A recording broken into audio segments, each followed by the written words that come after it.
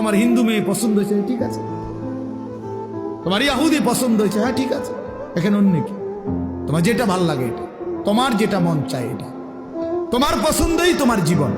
খোদার কসম, কোরআন শরীফের আয়াত আছে বাপ, সূরা আরাফের মধ্যে আল্লাহ তাআলা বলছে, এই মনের ইচ্ছা মতো যে চলে, ওয়াত্তাবা হাওয়াহু, যে তার নফসের মনের চাহিদার অনুসরণ করে, আল্লাহর বিধান, রাসূলের বিধান, কোরআনের বিধান, ইসলামের বিধান, ধর্মের বিধান কিছুই যে মানে না, কোনো ধার ধারে না, পরোয়া করে না, পাত্তা দেয় না, আল্লাহর কসম, আল্লাহ কোরআনে বলছেন ফামাসালুহু কামাসালিল কালব, ওই ব্যক্তির উদাহরণ, ওই ব্যক্তির জিন্দেগি কুকুরের মতো, কুত্তার মতো, কুত্তার মতো, কুত্তার মতো, কুত্তার মতো। দেখা ওই জিন্দেগি কুত্তার জিন্দেগি, ওই জিন্দেগি কুত্তার জিন্দেগি। আমি বললাম কোরআনের আয়াত এটা।